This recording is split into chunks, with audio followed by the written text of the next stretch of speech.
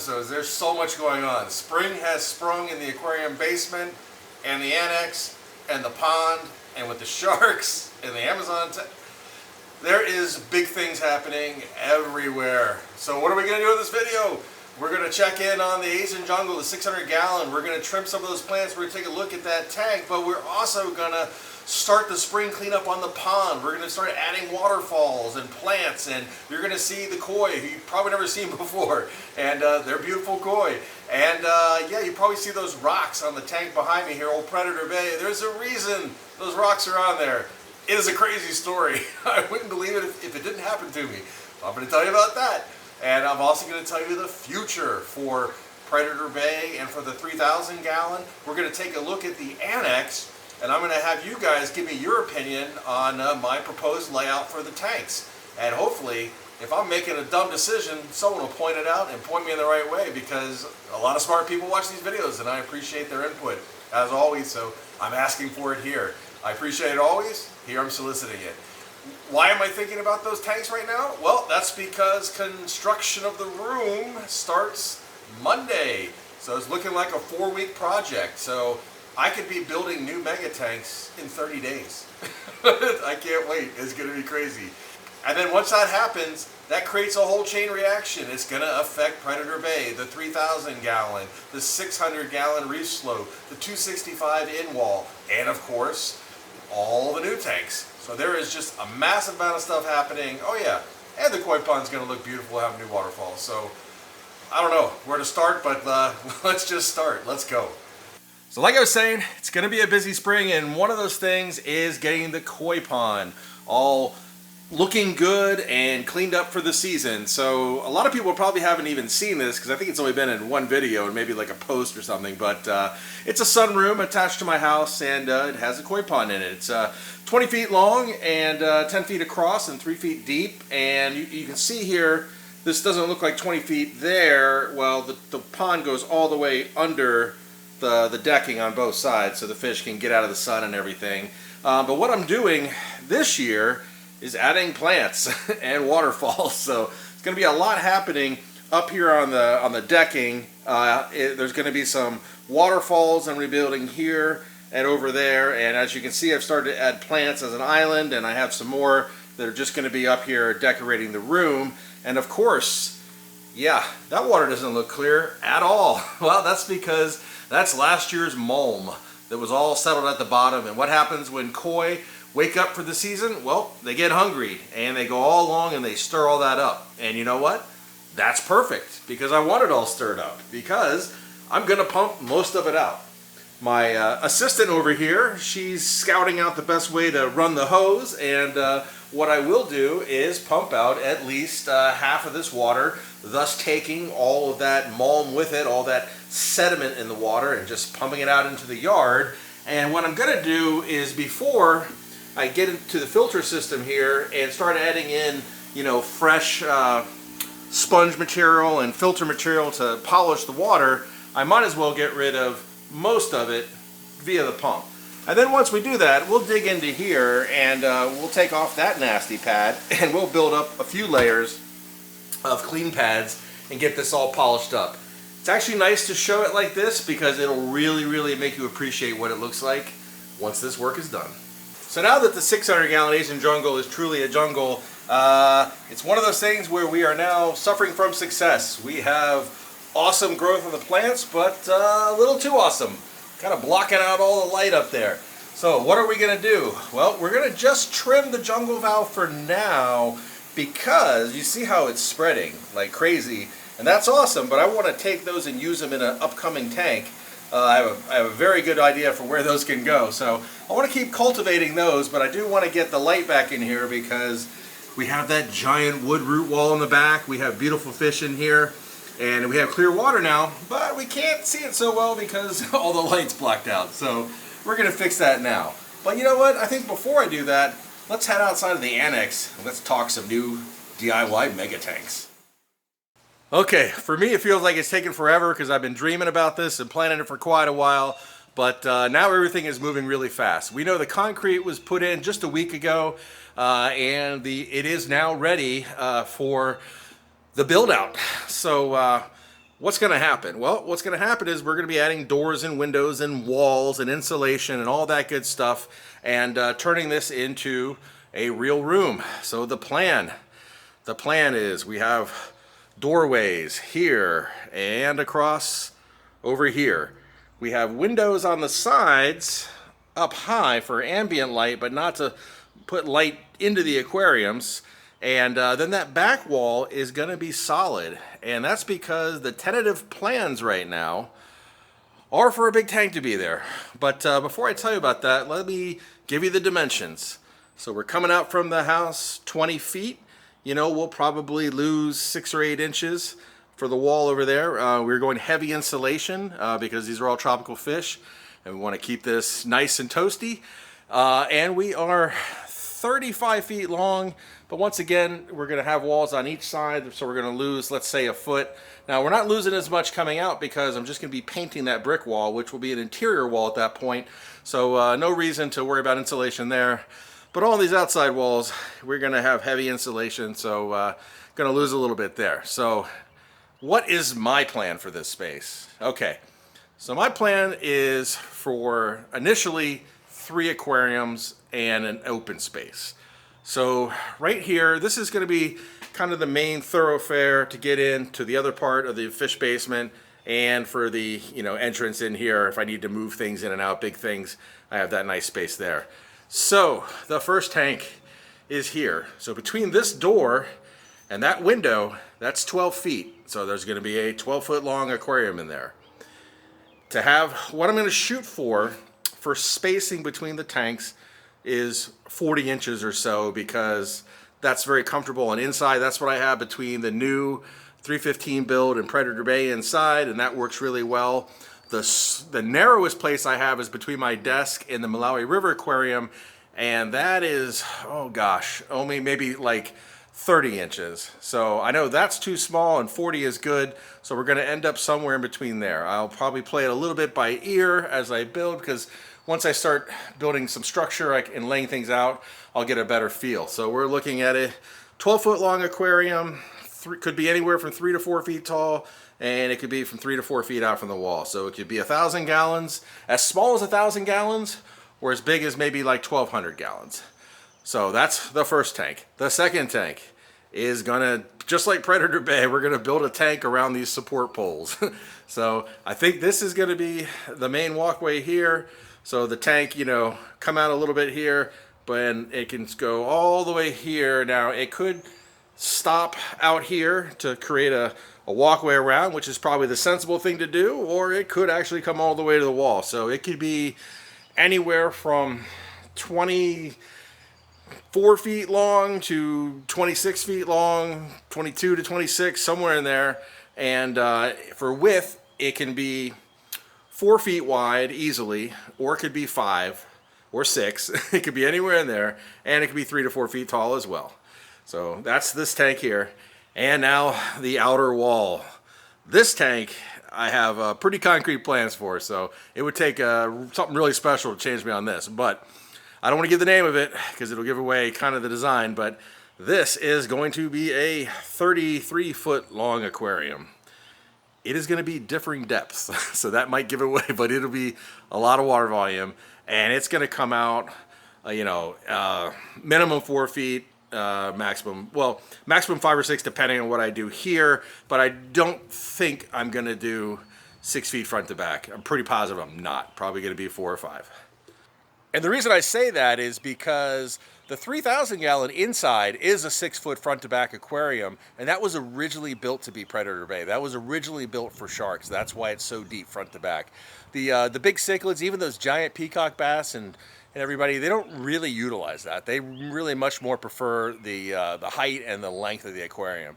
So kind of gives away what I'm going here is that the sharks in the current Predator Bay, well, they're going to be moving into the 3,000 gallon.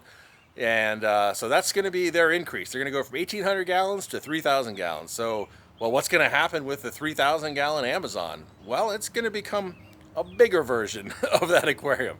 Probably 4,000 gallons. That's what it's looking like. So every tank that I have planned right now in the Annex is an Amazon related aquarium. We all know there's some fish that I love, and I think a lot of other people love, that are missing from my collection, i.e. arowana, stingrays, large catfish. So yeah, you kind of get where I'm going with this. So going to be pretty much almost an Amazon room, except for there is an empty space here. And so that empty space is right here. So the aquarium coming off the wall 4 feet is still going to leave 6 or 7 feet over here. And there's going to be a wider opening here, so there's some room to come out as well. So this is an unplanned area. So who knows? That is, you know, it could be a tank there. Maybe it ends up being storage or something. Not sure.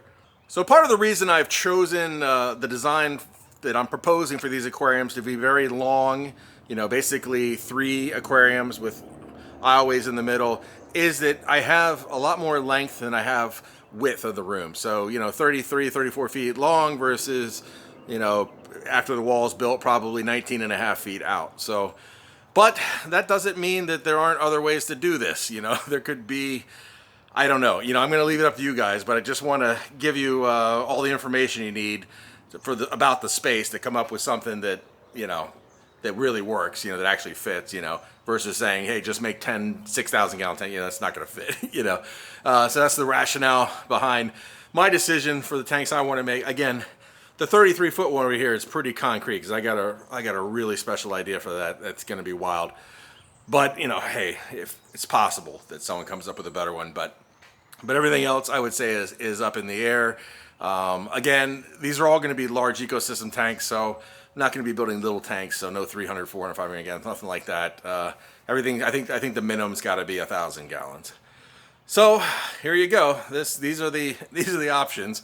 We got doors over here, so a door there and a door down there, you know, coming off the wall. So you know, obviously tanks can't block that. So the area you have to work with is, you know, from here out to the edge wall, all the way down the edge wall, and all the way across up to about here. And then of course the inside will be completely open. So we just have those 2 poles to deal with. And yeah, that's it. We have the size constraints and the poles. And again, it's no problem for me to box around the poles and just have them incorporated in the middle of the tank. And I could do structure inside the tank around it. So, you know, could be useful. Could, you know, be handy. Also creates nice little conduit. So if I want to take anything, you know, cables or anything from the ceiling underneath, you know, I got that option, just like with Predator Bay.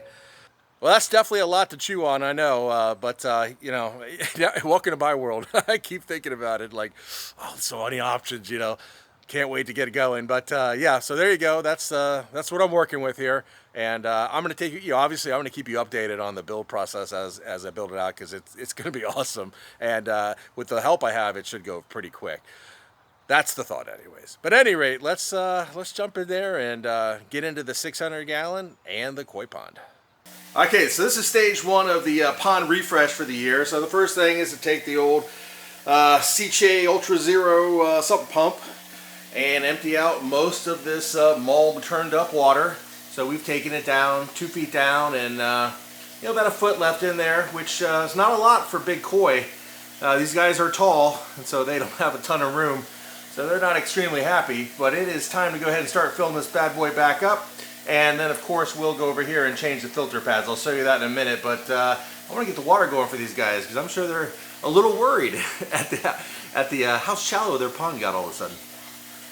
Okay, I just feel better now that there's water going into the pond, so I can work on other things, because I just can't help but think, but the fish just got to be worried when 80% of their water disappears. So who knows, maybe I'm just a softie for the fish, but always feels better to get them going and then get on to the next thing. So, what is the next thing? While this fills up, my assistant here is going to help me plant these pots into here with that garden soil out there, and we're going to start making this place look nice. So essentially, over on the sides there's going to be plants and waterfalls. Keeping in mind I'm going to DIY project to turn some of these into waterfalls. That won't happen in this video, but it will happen. And I have some nice little stools that I'm going to put together, so when I'm sitting in here having my coffee in the morning, I am comfortable. I used to have some chairs in here, but they were kind of bulky and just didn't really fit the theme of the room, so I think these other ones are a lot better. And of course, I'm going to take you over there and we're going to go through the filter system. We're going to change out all the pads, and we're going to get it ready for the season, because although we pumped out a ton of mulm, there's still plenty in there. So you know, whole season's worth last year. So we'll get all those pads in there in layers, and then you know, in the spring I basically will layer up the pads, and then, you know, every few days take a layer off, and then once you get that initial, you know, cleanup done, after that they run for quite a while. It's not a problem. So yeah, let's get into that.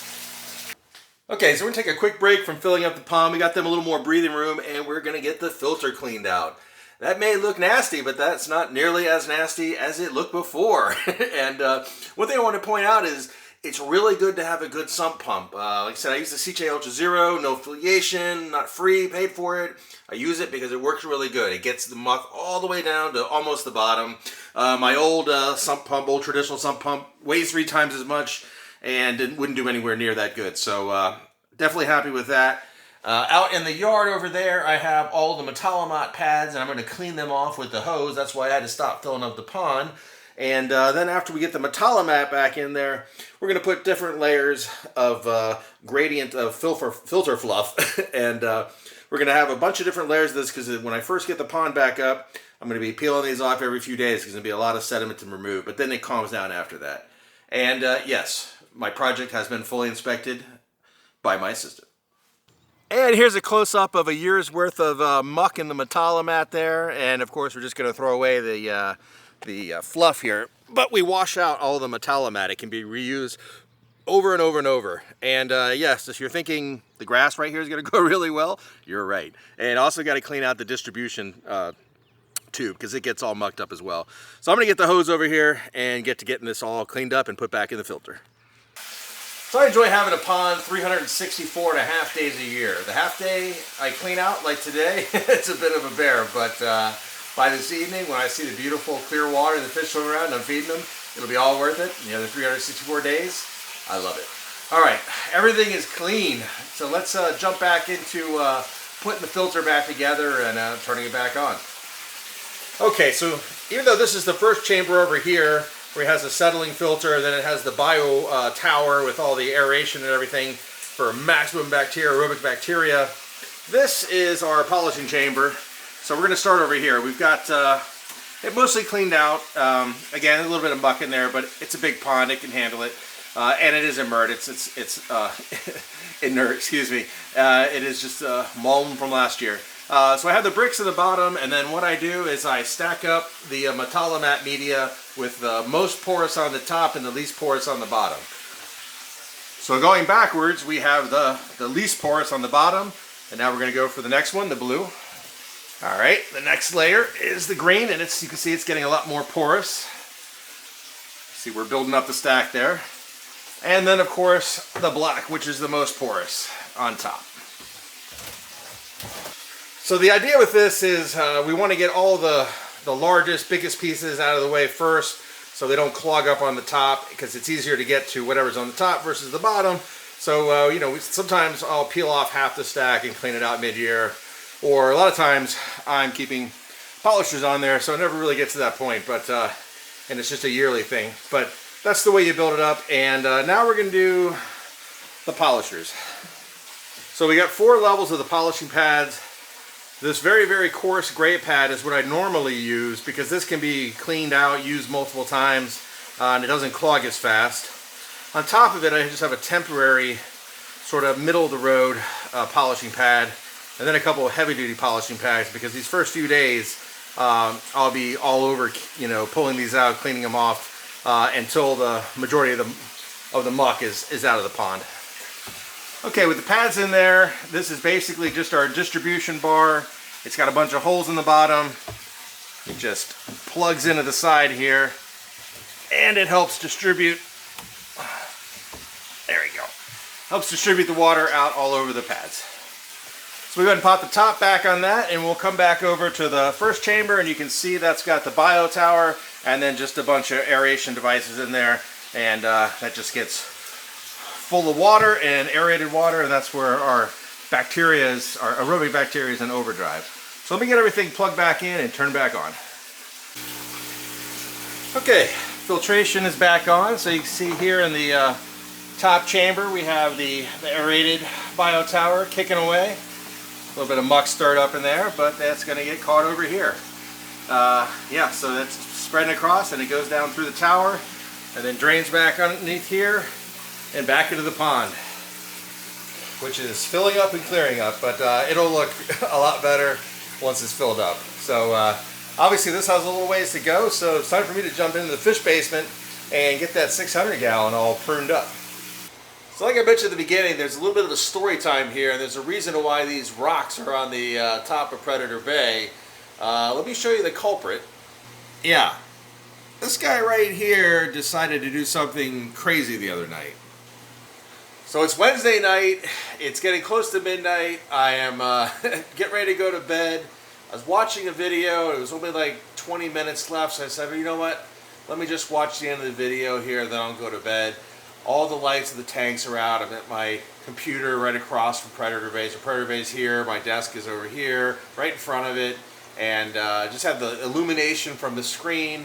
And my assistant is sleeping on the desk next to me on her blanket, you know, all peaceful and whatnot. And then all of a sudden, I don't know how to explain it, but it kind of happened all at one time.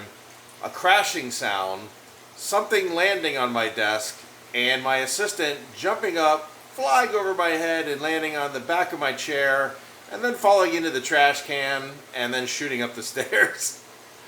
So what happened is this big bamboo shark, keep in mind, the rocks weren't there, pushed its way, shot out of the aquarium, landed right here on my assistant's bed, knocked this lamp, this speaker, all this stuff into me. My assistant, who's here, jumps up, somehow lands like on my shoulder on the back of the chair, and then into the trash can down there, and then up the stairs. And it doesn't end there. Of course, the shark then falls off of the desk onto the ground, and so I'm like, you know, coming out of the shock, and I'm scrambling to get the shark and get it back in the aquarium. And then I realized, wow, a 4-foot bamboo shark is pretty strong. When it doesn't want to be held, you know, it's flopping around in my hands, and it's like all I can do to keep this thing still. I literally have to like bear hug it and get it up into the tank.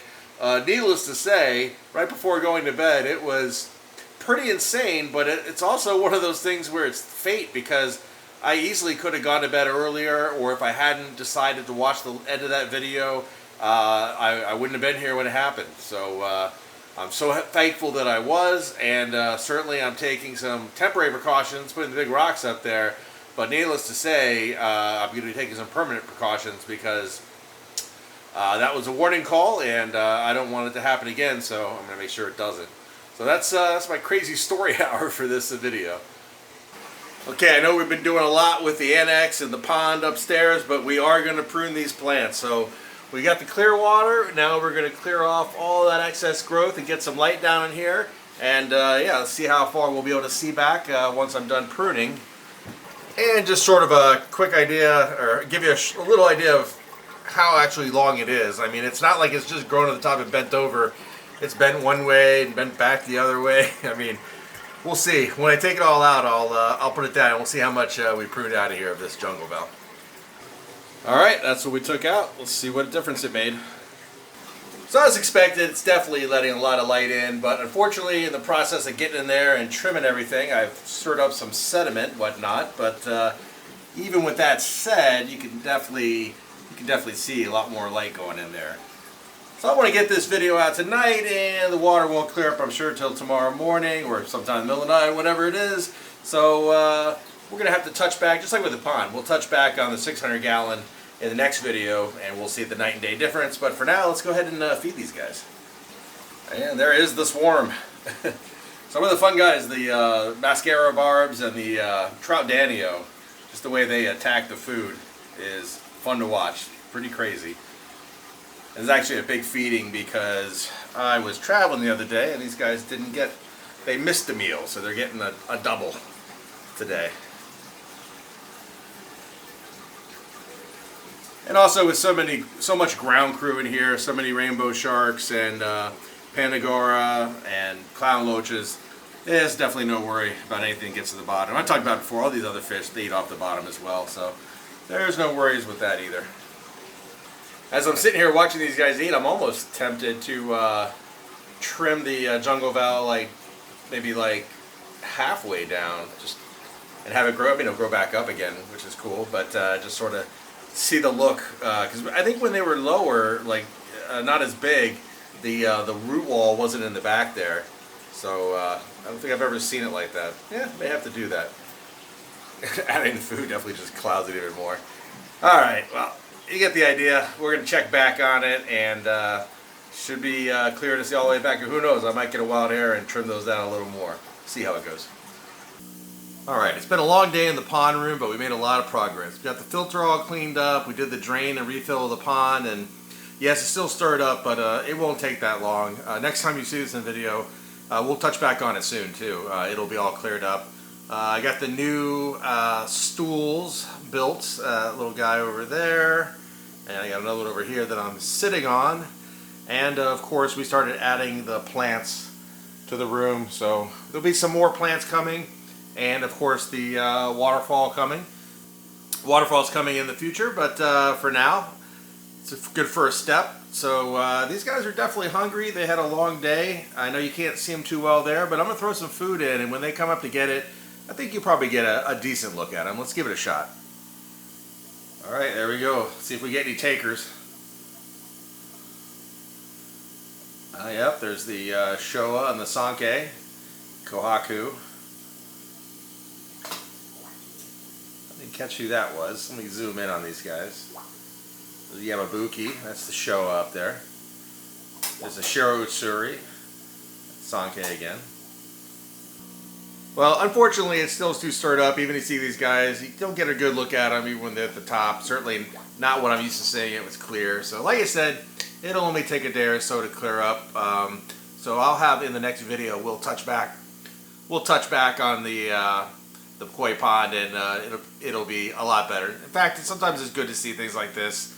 You know, you see the you know, we always talk about the good and the bad. So yeah, you see what it looks like now, and then you'll see the filters have 24 hours to do their work, and see how much better it looks. You know, something to appreciate. So as you can tell, it's been a long day, a lot going on in the, well, I was going to say fish basement, but kind of fish house in this episode.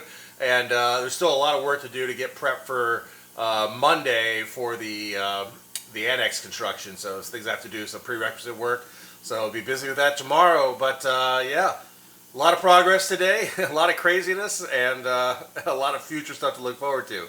As always, I appreciate you guys watching, and I'll see you soon.